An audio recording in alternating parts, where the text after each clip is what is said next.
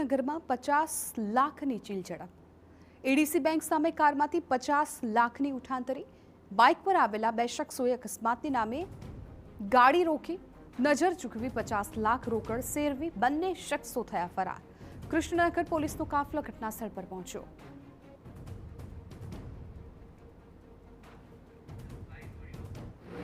સવારના સમયે Krishnanagar police station વિસ્તારમાં જે મારુતિ પ્લાઝા કોમ્પ્લેક્સ છે એની પાસે જે એડીસી બેંક આવેલી છે ત્યાં આગળ જે ફરિયાદી છે એ પોતાની ગાડી લઈને જેની ગાડીમાં એક થેલામાં 50 લાખ રૂપિયા હતા કે જે બાપુનગર છે બાપુનગર આગળિયા પેઢીમાંથી ઉપાડીને એ લોકો જઈ રહ્યા હતા।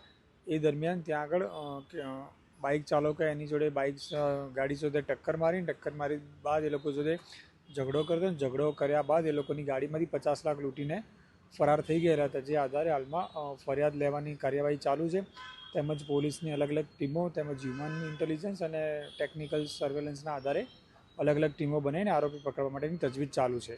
આરોપીઓ કઈ રીતે કોણ હોય અથવા તો ક્યાંના હોય તેવું પ્રાથમિક તપાસમાં સામે આવી રહ્યું છે। પ્રાથમિક ઓળખ થઈ હોવાની પણ વાત છે।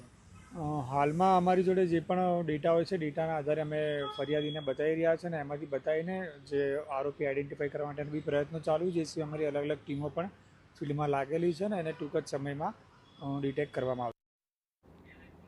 તો આખી એ ઘટના પણ સીસીટીવીમાં કેદ થઈ હતી કે કેવી રીતે એ બંને શખ્સો બાઇક પર આવે છે અને ત્યારબાદ ધોળા દિવસે એક કાર ચાલક કે જેને અકસ્માતના બહાને રોકવામાં આવે છે અને ત્યારબાદ 50 લાખની ચીલ ઝડપ કરી લેવામાં આવે છે।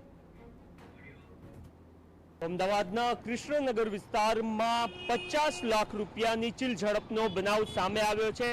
આજે સવારમાં અહીંયાથી વેપારી જ્યારે કૃષ્ણનગર મારુતિ પ્લાઝા પાસેથી પસાર થઈ રહ્યા હતા એ સમયગાળા દરમિયાન એમની કાર પાછળ બે લોકો કે જેઓ બાઇક ચાલક હતા તેઓ અહીંયા પહોંચ્યા હતા અને પાછળની બાજુથી ટક્કર મારી હતી અને ટક્કર માર્યા બાદ એમના દ્વારા એ વેપારી સાથે રકઝક કરવામાં આવી હતી, માથાકૂટ કરવામાં આવી હતી અને એ માથાકૂટમાં જ્યારે વેપારી બિઝી હતા એ લોકો સાથે વાતચીત કરી રહ્યા હતા એ સમયગાળા દરમિયાન અન્ય બે લોકો ત્યાં પહોંચ્યા હતા અને એમના દ્વારા જે કાર હતી કે જેમાં ઓલરેડી 50 લાખ રૂપિયા પડ્યા હતા એમાં પાછળથી એનો કાચ તોડ્યો હતો અને 50 લાખ રૂપિયાની ઉઠાંતરી કરીને એ બંને લોકો બાઇક લઈને અહીંયાથી ભાગી છૂટ્યા હતા। પોલીસ દ્વારા તુરંત જ તપાસ શરૂ કરી દેવામાં આવી છે અને એમાં એ બાબત પણ સામે આવી છે કે બે લોકો બાઇક પર પસાર થઈ રહ્યા છે, એમની પાસે એ થેલો છે અને એના જ આધારે હાલ પોલીસ ફરિયાદ નોંધીને ત્યારબાદ અન્ય લોકો કે જેઓ ભૂતકાળમાં આ પ્રકારની પ્રવૃત્તિ સાથે સંકળાયેલા છે એમની પૂછપરછ કરવામાં આવી છે। સર્વેલન્સ ગોઠવીને એ વ્યક્તિ કોણ હતા એ દિશામાં હાલ તપાસ તેજ થતી જોવા મળી રહી છે। કેમેરામેન મહેશ સાથે નરેન્દ્ર રાઠોડ, TV9 અમદાવાદ। સમાચાર